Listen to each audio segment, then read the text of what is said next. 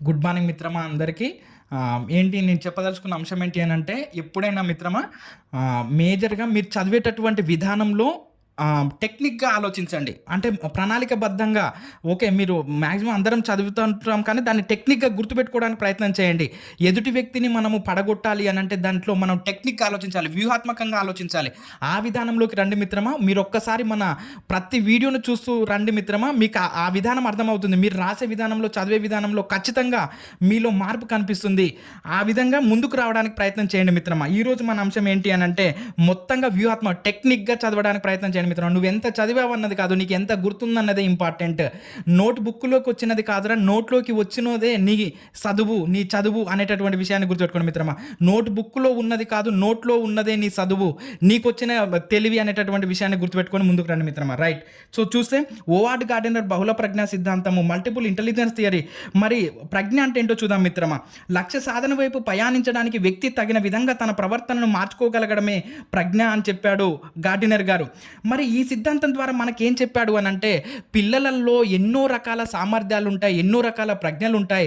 వాళ్ళలో ఉన్నటువంటి ప్రజ్ఞకు ఆధారంగానే, వాళ్ళలో ఉన్నటువంటి నైపుణ్యానికి ఆధారంగానే వాళ్ళని ప్రోత్సహించండి తప్ప, మీకు తెలిసినటువంటి అంశాలు నువ్వు డాక్టరే కావాలి, నువ్వు యాక్టరే కావాలి, నువ్వు ఇంజనీర్ కావాలి, నువ్వు టీచర్ కావాలని వానికి చదువు రానిది వాడు టీచర్ ఏడవుతాడు, వానికి మ్యాథ్స్ రానిది వాడు ఇంజనీర్ ఏడవుతాడు, వానికి బయోసైన్స్ తెలియంది వాడు డాక్టర్ ఏడవుతాడు. అంటే నీకు వచ్చినంత మాత్రాన నీ పక్కనున్న వ్యక్తులకు రావాలని రూల్ లేదు కదా. అంటే ఏంటి, ఏం చెప్పదలుచుకున్నాడు? పిల్లలు విభిన్న రకాలైనటువంటి సామర్థ్యాలను కలిగి ఉంటారు. వాళ్ళ సామర్థ్యాలకు అనుగుణంగా ముందుకు పంపండి. అంతే తప్ప ఓ ఉపాధ్యాయులారా, ఓ తల్లిదండ్రులారా, ఓ సమాజమా, ఓ సమాజంలో ఉన్నటువంటి వ్యక్తులారా ఉన్నతంగా ఆలోచించండి. కానీ మీకు తెలిసినటువంటి నాలెడ్జ్ను వాళ్ళ మీద రుద్దకండి. దానివలన వాళ్ళ యొక్క బిహేవియర్లో మార్పులు రావడమే కాకుండా వాళ్ళు మానసిక సమస్యలను ఎదుర్కొంటూ ఉంటారు. ఎన్నో రకాలుగా చూస్తున్నాం మనము. ఎన్నో రకాల సూసైడ్స్. కానీ పిల్లలంతా ఎందుకు అలా చేసుకుంటున్నారు అని అంటే వాళ్ళ మీద మన ఆలోచనలు రుద్దడమే అనేది విషయాన్ని గమనించండి మిత్రమా. దానికి అనుకూలంగానే తీసుకొచ్చాడు మనకు గార్డినర్ బహుళ ప్రజ్ఞా సిద్ధాంతం. మరి ఈ సిద్ధాంతంలో ఏంటి అని అంటే మనకు 8 రకాల ప్రజ్ఞలను పేర్కొన్నాడు. అవేంటి అని అంటే N2 S2 BMWP. N2 for nature smart, number smart, S2 social smart, self smart, B for body smart, M for music smart, W for word smart, P for picture smart or art smart. ఈ విధంగా మనం గుర్తుపెట్టుకుంటే easy అవుతుంది మిత్రులారా. మరి nature smart అంటే ఏంటో చూద్దాం. వీళ్ళనే మనము ప్రకృతి నేర్పరులు అని కూడా అంటాం. అంటే వీళ్ళు ప్రకృతిని ఆస్వాదించడంలో మంచి ప్రావీణ్యాన్ని కలిగి ఉంటారనమాట. అంటే ప్రకృతిలో ఉన్నటువంటి నిర్జీవ అంశాల మధ్య తేడాలను తెలుసుకుంటూ ప్రకృతిని ఆస్వాదించడంలో బాగా ఇంటెలిజెన్స్ని కలిగి ఉంటారనమాట. పర్ఫెక్ట్ ఎగ్జాంపుల్ ఏంటి అని అంటే మిత్రమా, ఈ సిద్ధాంతానికి మనం స్నేహితుడు అనే మూవీ తీసుకోవచ్చు. స్నేహితుడు మూవీలో వెంకట్కి యాక్చువల్గా మంచి ఫోటోగ్రాఫర్ కావాలని ఉంటుంది. ఆ ఫోటోగ్రాఫర్లో మంచిగా రాణిస్తాడు. కానీ వాళ్ళ నాన్ననేమో నువ్వు ఇంజనీర్వే కావాలని బాగా ఇబ్బంది పెడతా ఉంటాడు. అందులో ఉన్న ప్రొఫెసర్ వాళ్ళ కొడుకు కూడా ఆ విధంగానే సూసైడ్ చేసుకొని చనిపోతాడు. అంటే ఏం చెప్పదలుచుకున్నాడు ఈ మనకు గార్డినర్ గారు అని అంటే, వాడికి ఉన్నటువంటి నైపుణ్యంలో రాణించండి. ఆ పిల్లవాడికి ఎందులో నైపుణ్యం ఉంటే అందులోకి రాణించండి తప్ప మీ ఆలోచన రుద్దకండి. మనకు స్నేహితుడు సినిమా పర్ఫెక్ట్గా ఎగ్జాంపుల్ దీనికి సరిపోతుంది మిత్రమా. రైట్. మరి ప్రకృతి నేర్పరులు ఎవరు అని అంటే మనకు వనజీవి రామయ్య గారు, జాదవ్ మొలాయ్ పయేంగ్, ఈయనను ఫారెస్ట్ మ్యాన్ ఆఫ్ తెలంగాణ అని, ఈయనను ఫారెస్ట్ మ్యాన్ ఆఫ్ ఇండియా అని, మనకు సుందర్లాల్ బహుగుణ, మేధా పాట్కర్, ఒక అమృతాదేవి, వీళ్ళందరూ కూడా ప్రకృతి పట్ల అమితమైన ప్రేమను కలిగి ఉంటారు మిత్రమా. వీళ్ళందరూ కూడా అంటే మన క్వశ్చన్ ఎలా ఫామ్ చేస్తున్నాడు, వనజీవి రామయ్య గారు ఈ బహుళ ప్రజ్ఞా సిద్ధాంతంలో ఎక్కడికి వస్తారు, ఏ ప్రజ్ఞకు వస్తారు అనేటటువంటి విషయాన్ని మనల్ని క్వశ్చన్ రూపంలో అడుగుతూ ఉన్నాడు. కాబట్టి జీవశాస్త్రవేత్తలు, అదేవిధంగా వనజీవి రామయ్య, జాదవ్ మొలాయ్ ప్రకృతి పట్ల ఎవరు కూడా బాగా ప్రయోగాలు చేస్తే, ప్రకృతిని బాగా ప్రేమిస్తే వాళ్ళని మనము ప్రకృతి నేర్పరులుగా పేర్కొంటాం. మన నెంబర్ స్మార్ట్ లేదా వీళ్ళని మనం సంఖ్యా నేర్పరులు లేదా తార్కిక నేర్పరులు అని అంటాం. అంటే ఏంటి అని అంటే వీళ్ళు సంఖ్యలను ఉపయోగించడంలో బాగా ప్రావీణ్యాన్ని కలిగి ఉంటారనమాట. లాజికల్గా తార్కికంగా ఆలోచించడంలో బాగా ప్రావీణ్యాన్ని కలిగి ఉంటారు. ఉదాహరణకు మనకు ఎవరు అని అంటే శ్రీనివాస రామానుజన్, శకుంతలాదేవి, ఈమెను హ్యూమన్ కంప్యూటర్ అని అంటాం. మనకు PC మాలనోబిస్ సాంఖ్యక శాస్త్ర పితామహుడు మన భారతదేశ. అదే ప్రపంచానికైతే సర్ రొనాల్డ్ ఆయిల్మార్ ఫిషర్. ఈ విధంగా మనము నెంబర్స్ను బాగా ఉపయోగించే వాళ్ళని మనం సంఖ్యా నేర్పరులు అని అంటాం. అదేవిధంగా మరి సోషల్ స్మార్ట్ లేదా వీళ్ళని మనం సాంఘిక నేర్పరులు అని అంటాం. వీళ్ళు ఏంటి అని అంటే ఏదైనా ఒక సమస్య వచ్చినప్పుడు దాన్ని చాకచక్యంగా పరిష్కరించగలుగుతుంటారనమాట. ఎదుటి వ్యక్తులకు వచ్చినటువంటి సమస్యను సింపుల్గా దానిని పరిష్కరించడానికి ప్రయత్నం చేస్తూ ఉంటారనమాట. ఉదాహరణకు మనకు కుటుంబ పెద్ద మన నాన్నగారు కానీ, తర్వాత గ్రామ పెద్దలు, అదేవిధంగా మనకు ఫర్ ఎగ్జాంపుల్ ఈ సినిమాకు ఫర్ ఎగ్జాంపుల్ ఏంటి అని అంటే శివరామరాజు సినిమాలో హరిశ్చంద్ర ప్రసాద్ మనకు అక్కడి నుంచి వస్తుంటాడు, ఒక గుర్రపు బండిలో వస్తుంటే నా బిడ్డని నాకు ఇచ్చి నువ్వు వెళ్ళని చెప్తుంటే అక్కడ పర్ఫెక్ట్ ఎగ్జాంపుల్ ఉంటుంది చూడండి మిత్రమా. ఏంటి, ఏదైనా ఒక సమస్య అతనికి ఆ బండ్ల గణేష్కు ఒక రాయిని కట్టి బండి చుట్టూ తిరగమని చెప్తాడు, అది తిరగలేడు. అంటే 9 నెలలు మోసినటువంటి తల్లి నుండి బిడ్డను దూరం చేస్తావు అంటున్నావు, కానీ నువ్వు 9 రౌండ్లు తిరగలేకపోయావని ఆ సమస్యను అక్కడ పరిష్కరించి వెళ్ళిపోతాడు. అంటే ఏంటి, ఎదుటి వ్యక్తుల యొక్క సమస్యలను ఈజీగా పరిష్కరించడంలో వీళ్ళు మంచి నేర్పరితనాన్ని కలిగి ఉంటారు అనేటటువంటి విషయాన్ని చెప్తున్నాడు అనమాట. మరి సెల్ఫ్ స్మార్ట్ని వీళ్ళనే మనము స్వీయ నేర్పరులు అని అంటాం. వీళ్ళేంటి అని అంటే తమను తాము బాగా అర్థం చేసుకుంటారనమాట. వారిలో ఉన్నటువంటి బలాలేంటి, బలహీనతలేంటి, నా బలం ఏంటి, నేను ఏ రంగంలో రాణించగలను అనేటటువంటి మంచి అవగాహన ఉంటుందన్నమాట వాళ్ళ మీద వాళ్ళకు. వీళ్ళనే మనము మంచి ఆత్మస్థైర్యం కలవారుగా అని అంటాం. అంటే వాళ్ళ మీద వాళ్ళకు మంచి నమ్మకం ఉంటుందన్నమాట, ఆత్మస్థైర్యం, ఆత్మవిశ్వాసం ఉంటుంది. రైట్, చూస్తే మరి ఇంకోటి ఏంటి అని అంటే బీ ఫర్ బాడీ స్మార్ట్, శారీరక నేర్పరులు. వీళ్ళేంటి అని అంటే తమ యొక్క శరీరాన్ని, దేహాన్ని ఎలా ఒక కర్రలాగా ఎటు ఉంటే అటు వంచగలుగుతారు మిత్రమా. వీళ్ళని మనము శారీరక నేర్పరులు అని అంటాం. ఉదాహరణకు క్రీడాకారులు, డాన్సర్లు, యోగాసనాలు వేసేవాళ్ళు.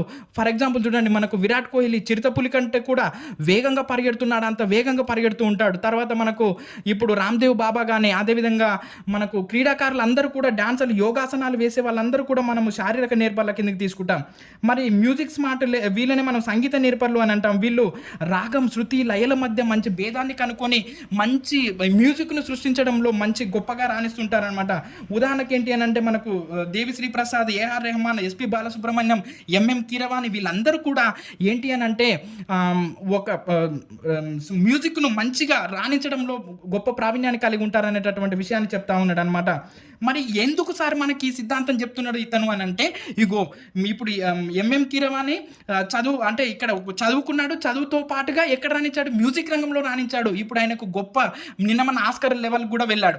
అంటే ఏం చెప్తున్నాడు మనకు, ఒక రంగంలో రాణించలేకపోయినా అనేక రంగాలలో రాణిస్తారు పిల్లవారు, వాళ్ళను ఆ రంగంలోనే ప్రోత్సహించండి అనే విషయాన్ని చెప్తా ఉన్నాడు అనమాట.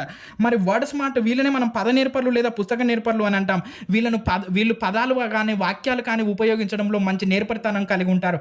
ఫర్ ఎగ్జాంపుల్ మనకు చాగంటి కోటేశ్వరరావు గారు, తర్వాత గరికపాటి గారు, ప్రొఫెసర్ కాసిం గారు, తర్వాత మనకు కత్తి పద్మారావు గారు, వీళ్ళందరూ కూడా ఏంటి అని అంటే వాళ్ళు, రఘునందన్ రావు గారు, రేవంత్ రెడ్డి గారు, వీళ్ళందరూ కూడా ఏంటంటే మిత్రమా, నరేంద్ర మోడీ గారు, వీళ్ళందరూ కూడా ఏంటి అని అంటే మనకు వాళ్ళు మాట్లాడుతుంటే ఇంకా వీడియోని అటు ముందలి కూడా జరపబుద్ధి కాదు. అంటే అంత సమ్మోహనంగా మాట్లాడుతూ ఉంటారు, ఎదుటి వ్యక్తిని సమ్మోహిస్తున్నట్టుగా మాట్లాడుతూ ఉంటారనమాట.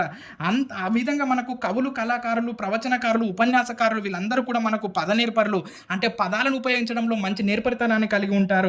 మరి తర్వాత ఇంకోటి ఏంటి అని అంటే పిక్చర్ స్మార్ట్ లేదా ఆర్ట్ స్మార్ట్, వీళ్ళని మన చిత్ర నేర్పరులు అని అంటాం. వీళ్ళేంటి అని అంటే 1000 పదాలను ఒకే బొమ్మలో సూచించడానికి ప్రయత్నం చేస్తూ ఉంటారు అనమాట. ఇప్పుడు మనకి ఈనాడు పేపర్లో కానీ మనకు అవి కార్టూన్స్ వస్తూ ఉంటాయి. అంటే మనం ఆ కార్టూన్ చూస్తే విషయం మొత్తం అర్థమవుతుంది. వీళ్ళేంటి అని అంటే 1000 పదాలను రాసే కంటే ఒక బొమ్మ గీయడం మేలు అని భావిస్తుంటారు చిత్ర నేర్పరులు. వీళ్ళకి ఫర్ ఎగ్జాంపుల్గా మనం ఏం తీసుకోవచ్చు అంటే ఆర్టిస్టులు, తర్వాత రాజా రవివర్మ, అమృత్ షేర్ గిరిత, కాపు రాజయ్య, బాపు వీళ్ళందరూ కూడా మంచి చిత్ర నేర్పరులు. ఈ విధంగా ఏమంటున్నాడు సిద్ధాంతం అనే విషయాన్ని అర్థం చేసుకోండి మిత్రమా. ఒక రంగంలో రాణించలేకపోయినా మరొక రంగంలో రాణించవచ్చు పిల్లలు. ఆ విధంగా ప్రోత్సహించండి ఓ తల్లిదండ్రులారా, ఓ ఉపాధ్యాయులారా పిల్లలను. మరి ఈ సిద్ధాంతం ద్వారా మనకేం చెప్పాడు మిత్రమా అని అంటే, జట్టు కృత్యాలలో ప్రతి విద్యార్థికి అవకాశం కల్పించండి అని అంటున్నాడు.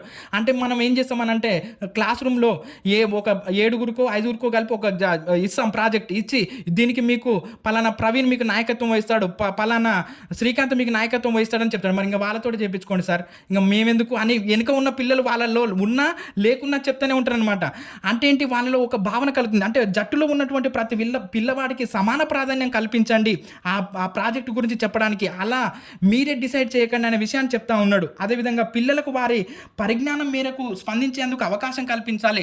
ఆ ప్రాజెక్టు గురించి మాట్లాడేందుకు ప్రతి పిల్లవాడికి కూడా అవకాశం కల్పించాలి. ఒక లీడర్ చెప్పగానే సరిపోదు విషయం. తర్వాత ఒకే ప్రశ్నకు జవాబును భిన్న మార్గాలలో రాబట్టేందుకు ప్రయత్నం చేయండి. అదేవిధంగా లక్ష్యాలను ముందుగానే తెలియజేయాలి. ఇది చదువుకుంటే నీకు ఈ ప్రయోజనం కలుగుతుంది, ఈ విషయం వైపు వెళ్తే నీకు ఈ ప్రయోజనం కలుగుతుంది అనే విషయాన్ని ముందుగానే తెలియజేయమని అంటున్నాడు. తరగతి గదికే పరిమితం కాకుండా మిగతా విషయాలపై దృష్టి పెట్టండి. కేవలం చదువులో వెనుకబడినంత చదువుకున్నంత మాత్రాన అభ్యసన వైకల్యం గలవారిగా చూడకూడదు. చదువులేనంత మాత్రాన ఇప్పుడు మనకు సచిన్ టెండూల్కర్, ఎంఎస్ ధోని, విరాట్ కోహ్లీ, తర్వాత వీళ్ళందరూ కూడా చూడండి గొప్ప గొప్ప ఆటగాళ్ళు వీళ్ళందరూ కూడా, రోహిత్ శర్మ, వీళ్ళందరూ చిన్న చిన్న చదువులు చదువుకొని కూడా ఈరోజు దేశాలను అంతర్జాతీయ స్థాయిలో ఆటలాడుతున్నటువంటి క్రీడాకారులు. నేను ఏమంటున్నాడు మిత్రం అని అంటే, పిల్లలను వారిలో ఉన్నటువంటి స్కిల్కి ఆధారంగా ముందుకు రానివ్వండి అనేటటువంటి విషయాన్ని మనకు చెప్తా ఉన్నాడు ఓవర్డ్ గార్డినర్ బహుళ ప్రజ్ఞా సిద్ధాంతం ద్వారా. మిత్రమా, మీకు ఏ ఏ కంటెంట్ కావాలో ఖచ్చితంగా మనకు కామెంట్ రూపంలో తెలపండి.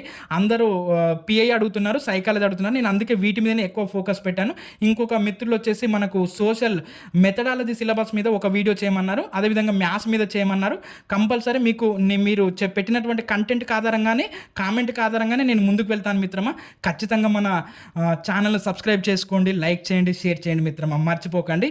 రైట్, ఇంకోటి ఏంటి అని అంటే, మన ఛానల్ సబ్స్క్రైబ్ చేసుకోకముందు, చేసుకున్న తర్వాత అనే ఒక తేడాని గమనించండి మిత్రమా, మీరే ముందుకు వెళ్తారు.